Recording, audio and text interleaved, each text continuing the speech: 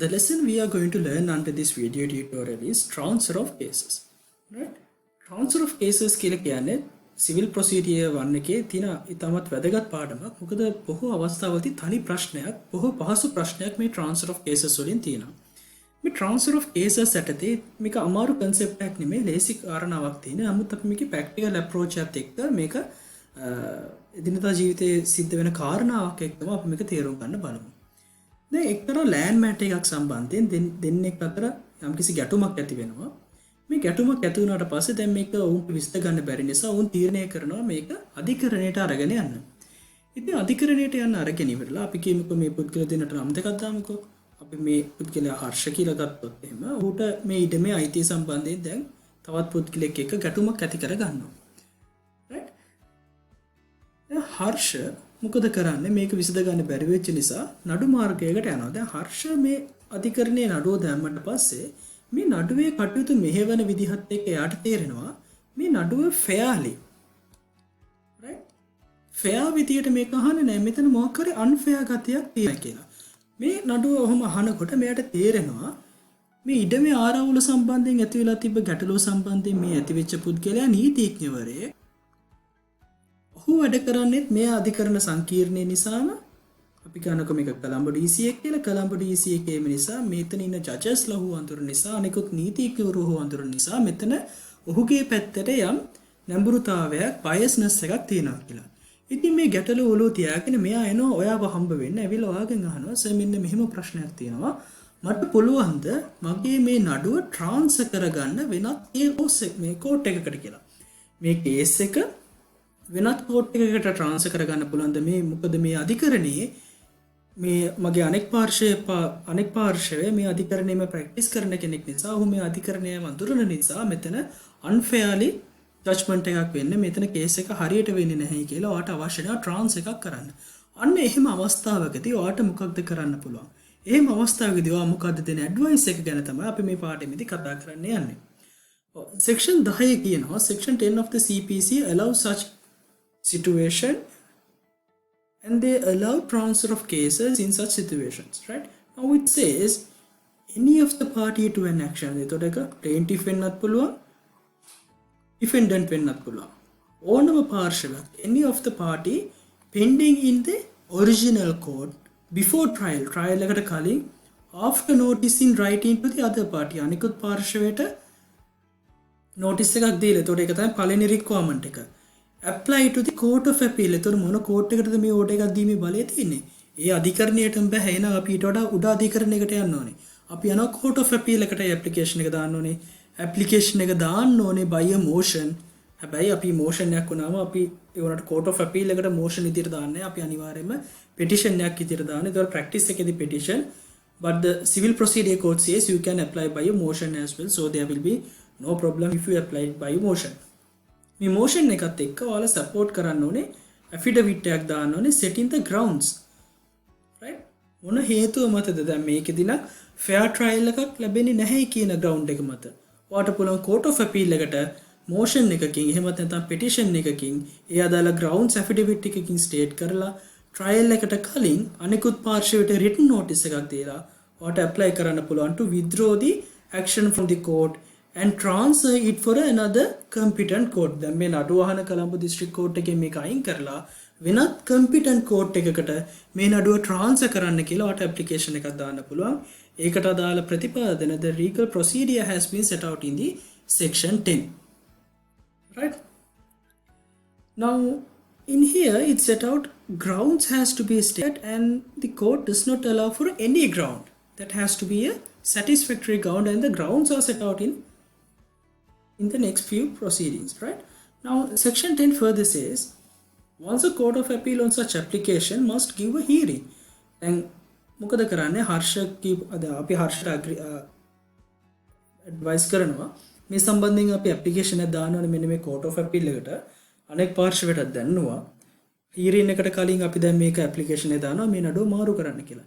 මෙහෙම ඇප්ලිකේෂන් එකක් ලැබුණම court of appeal එක මොකද කරන්නේ මේක සම්බන්ධ hearing එකක් කරන්න ඕන. උන්ගේ පාර්ශවයන්ව කඳවලා ඒ පාර්ශව පැත්තේ කියන්න තියෙන දේ අහන්න ඕනේ.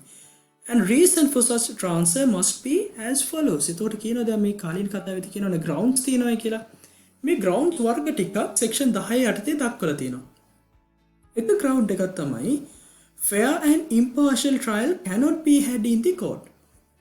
මේ අධිකරණයේ දැන් නඩුව පවතින අධිකරණයේ fairly එහෙමත් නැත්නම් impartially trial එක කරන් යන්න බැරි නම් අන්නේම එවැනි අවස්ථාවකදී මෙවැනි ඇප්ලිකේෂන් එකක් දාන්න පුළුවන් court of appeal එකට ට්‍රාන්ස්ෆර් කරන්න කියලා. එහෙමත් නැත්නම් question of law of unusual difficulty likely to arise.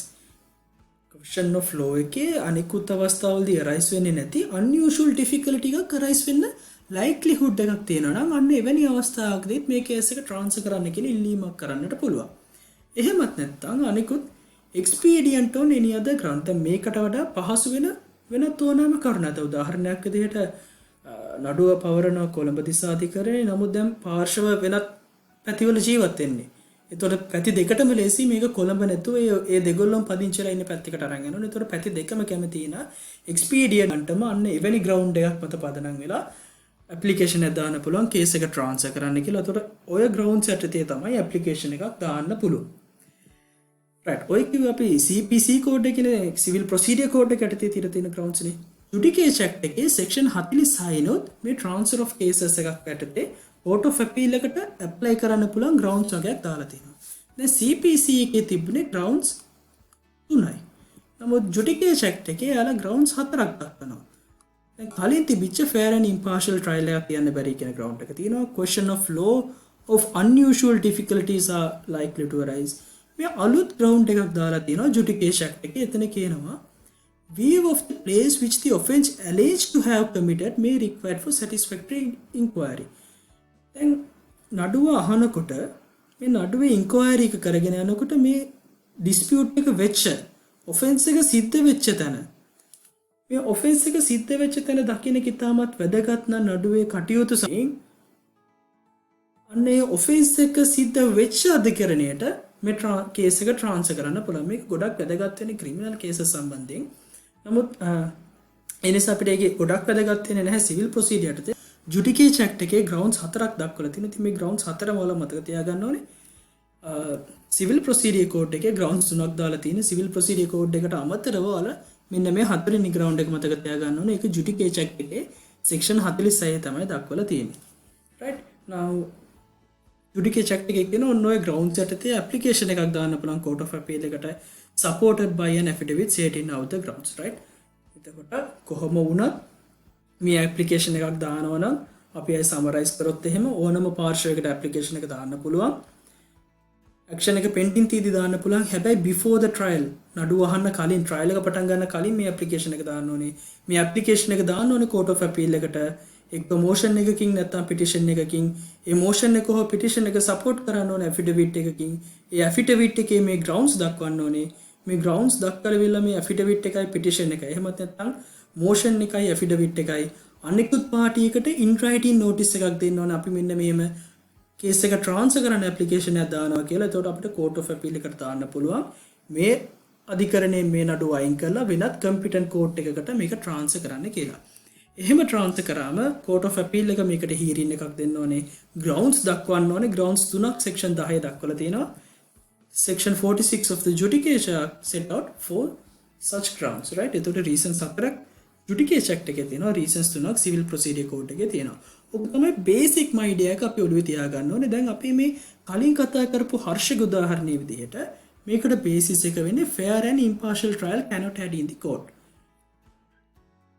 මේ අධිකරණයේම ඒ නඩුවට අදාළ පාර්ශවයක් වැඩ කටයුතු කරන නිසා fair and impartial trial එකක් මෙතන කරන්න බෑ. ඒ හේතුව නිසා මේ නඩුව වෙනත් අධිකරණයකට වෙනත් competent court එකකට transfer කරන්න කියලා අපි දාන්න ඕනේ. එතකොට ඒ affidavit එකේ මෙන්න මේ කියන කාරණාව සඳහන් වෙන්නට ඕනේ.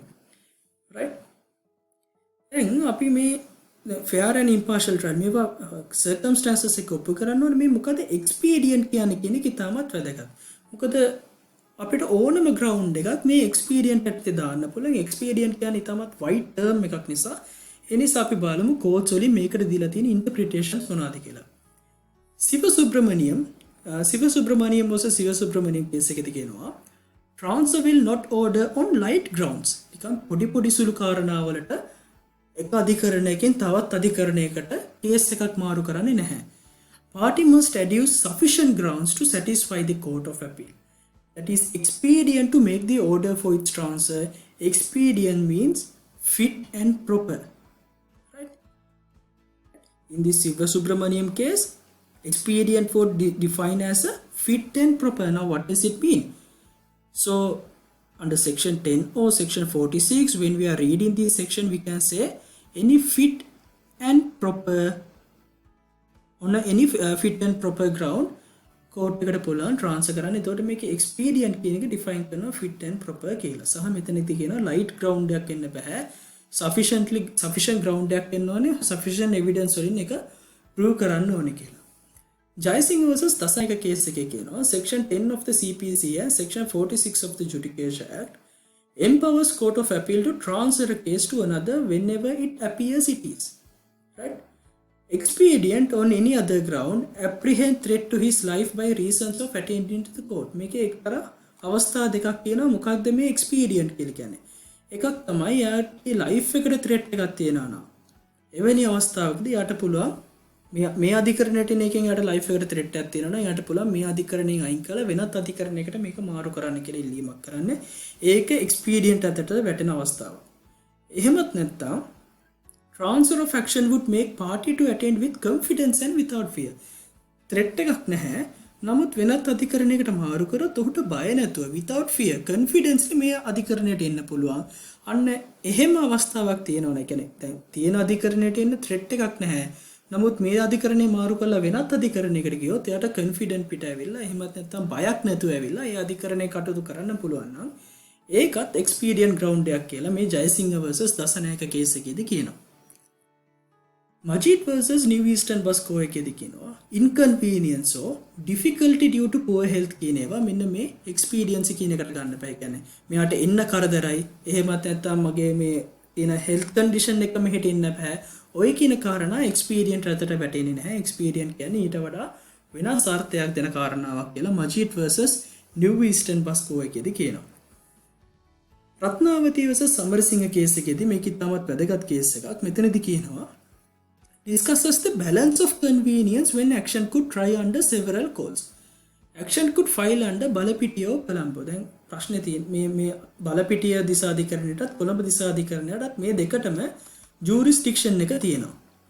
right? එතකොට මේ දෙකෙන් කෝකද අහන්නේ කියන එක decide කරද්දී balance of convenience කියන එක බලනවායි කියලා කියනවා. now මේ case එකේ facts ගත්තොත් එහෙම parties and witnesses all live in Colombo. Trial at Colombo will be less expensive to the plaintiff. Right? දැන් මෙතනදී මොකද වෙන්නේ? දැන් බලපිටිය සහ කොළඹ කියන අධිකරණ දෙකටම තියෙනවා මේ නඩු වින parties වේ witnesses ලයි මේ හැමෝම ජීවත් වෙලා ඉන්නේ කොළඹ. එහෙනම් කොළඹ අධිකරණයේ මේ නඩුව අහනවා නම් ඒක expedient. right? හැබැයි බලපිටිය අධිකරණයේ මේ නඩුව අහනවා නම් ඒ හැමෝටම ඒකෙදි experience වෙන්නේ නැහැ. එතකොට අර courts දෙකක් අතර ප්‍රශ්නයක් තියෙනවා නම් transfer කරන්න කියලා කිව්වන් පස්සේ courts බලන කාරණාව තමයි මේකට දැන් jurisdiction එක තියෙන courts අතරින් balance of convenience එක බලලා කාටද වැඩිපුර convenient වෙන්නේ අන්න ඒ අධිකරණයට jurisdiction එක යටතේ transfer කිරීමක් කරනවායි කියලා මේ රත්නාවති versus සමරසිංහ case එකේදී සඳහන් කරනවා. right? Balance of convenience lies on the District Court of Colombo. Therefore, the case was transferred to the District Court of Colombo. Right? ඔන්න ඕක තමයි එතකොට expedient යටතේ ඉගෙන ගන්න තියෙන. මම අර cases ගොඩක් තිබ්බා. ඒ cases ඔක්කොම ඉක්මනින් කිව්වේ ඒක තාමත් අමාරු නැහැ. ඒ cases වල තියෙන idea එක ගන්න. ඒ idea එකත් එක්ක ඔයාලට තේරුම් ගන්න පුළුවන් කාරණාව තමයි expedient කියලා මෙතන කියන දේ ඕන විදිහකට ඉන්ටර්ප්‍රිට් කරන්න අවස්ථාව දෙන්නේ නැහැ. ලයිට් ග්‍රවුන්ඩ් එකක් එන්න බෑ. ඒක හොඳ ප්‍රොපර් ග්‍රවුන්ඩ් එකක් එන්න පුළුවන්. උදාහරණ වශයෙන් දාතන එකනේ ජීවිතේට තර්ජනයක් වෙන අවස්ථාවකදී. එහෙමත් නැත්නම් කොන්ෆිඩන්ස් එකක්, ෆියර් එකක් ඇති වෙන තැන්වලදී. අන්න ඒ වගේ දේවල් තමයි එතනදී එක්ස්පීරියන්ස් කියලා කියන්නේ. එන්න අමාරුයි, ඉන්කන්වීනියන්ස් එහෙමත් නැත්නම් මගේ හෙල්ත් කන්ඩිෂන් එක මෙහෙට එන්න දුර වැඩි. ඔන්න ඔය කියන කාරණාවන් මේ එක්ස්පීරියන්ස් කියන එක යටතේ යටතට වැටෙන්නේ නැහැ. එහෙම ග්‍රවුන්ඩ් එකක් මත කේස් එකක් ට්‍රාන්ස්ෆර් කරන්නේ නැහැ. දැන් අපි බලමු මේ fair and impartial trial කියන්නේ මොකක්ද කියලා. Ratnayaka Manik versus Dayananda එකේදී කියනවා petitioner unable to retain a lawyer from Kuliyapitiya bar. Defendant is a practitioner at the same bar held representation is a fundamental right. Transfer the case. now what happens is අර අපි හර්ෂගේ කතාව වගේම තමයි ඒ හර්ෂක කතාව වගේම මේකෙදි වෙන්නේ මේ නඩුව සම්බන්ධයෙන් දැන් පාර්ශ්ව දෙක ගත්තන් පස්සේ එක පාර්ශ්වයක් ඒ අධිකරණයේම බා එකේ වැඩ කරන කෙනෙක්. ඒ අධිකරණයේම නීතිඥයෙක්. ඒ නිසා දැන් මෙයාට මේ අධිකරණයේ නඩුවක් පවරනකොට ඔහුව රීප්‍රසන්ට් කරන්න කිසිම ලෝයර් කෙනෙක් මේ අදාළ පාර්ශ්වය සම්බන්ධයෙන් අපියරන්ස් එක ගන්න කවුරුත් කැමති වෙන්නේ නැහැ. මොකද ඔහුගේ මිත්‍රයෙක් ඒ බා එකේම වැඩ කරන නිසා. එතනදී කෝට්ස් හෙල්ප් කරනවා. කෝට් ඔෆ් අපීල් එකකින් කියනවා රීප්‍රසන්ටේෂන් එකක් කියලා කියන්නේ ලීගල් රීප්‍රසන්ටේෂන් එකක් කියලා කියන්නේ කන්ස්ටිටියුෂන් එකේ දක්වලා තියෙන ෆන්ඩමෙන්ටල් රයිට් එක. මෙයාට අනිවාර්යයෙන්ම රීප්‍රසන්ටේෂන් එකක් ලබා දිය යුතුයි. නමුත් මේ අධිකරණයේදී ඔය කියන ගැටලුකාරී තත්ත්වය නිසා එයාට ලීගල් රීප්‍රසන්ටේෂන් එකක් ලැබෙන්නේ නැහැ. ඒ නිසා මේ අධිකරණයෙන් වෙනත් අධිකරණයකට කේස් එක ට්‍රාන්ස්ෆර් කරනවා කියලා කෝට් ඔෆ් අපීල් එකෙන් හෙල්ප් කරනවා. ඕක තමයි රත්නායක මැණිකේ vs දයානන්ද කේස් එකේදී කියන්නේ. ඉතින් ඔන්න ඔය කියන කාරණාවන් තමයි අපිට ට්‍රාන්ස්ෆර් ඔෆ් කේසස් සම්බන්ධයට ඉගෙන ගන්න තියෙන්නේ. අමාරු පාඩමක් නෙමෙයි, තාමත් ලේසි පාඩමක්. අපිට මතක තියාගන්න තියෙන තාමත් පොඩි සෙක්ෂන් ප්‍රමාණයක් තියෙන්නේ. ජුඩිකේචර් එකේ සෙක්ෂන් 46, CPC එකේ සෙක්ෂන් 10. ඒ සෙක්ෂන් දෙක හොඳටම කියවන්න. ඒ සෙක්ෂන් දෙක හොඳට කියවලා කේස් ලෝස් 3-4ක් වට හොඳට මතක තියාගන්න පුළුවන් නම් ස්ටෙප් එක ඔලුවට ගන්න පුළුවන් නම් ග්‍රවුන්ඩ්ස් 4 මතක තියාගන්න පුළුවන් නම් ඔයාලට පහසුවෙන්ම ලකුණු 16ක් ලබා ගන්න පුළුවන් සිවිල් ප්‍රොසීඩියර් කෝඩ් එකේ. ඉතින් ඒ නිසා ওই කාරණාවන් හොඳින් අවබෝධ කරගන්න. මොන හරි ගැටලුකාරී තැනක් තියෙනවා නම් මොන හරි ඩවුට් එකක් තියෙනවා නම් ඔයාලට ඕනම වෙලාවක අපේ මේ නම්බර්ස් දෙක යටතේ Viber හෝ WhatsApp පණිවිඩයක් එවලා ඒ ගැටලු निराකරණය කරගන්න පුළුවන්.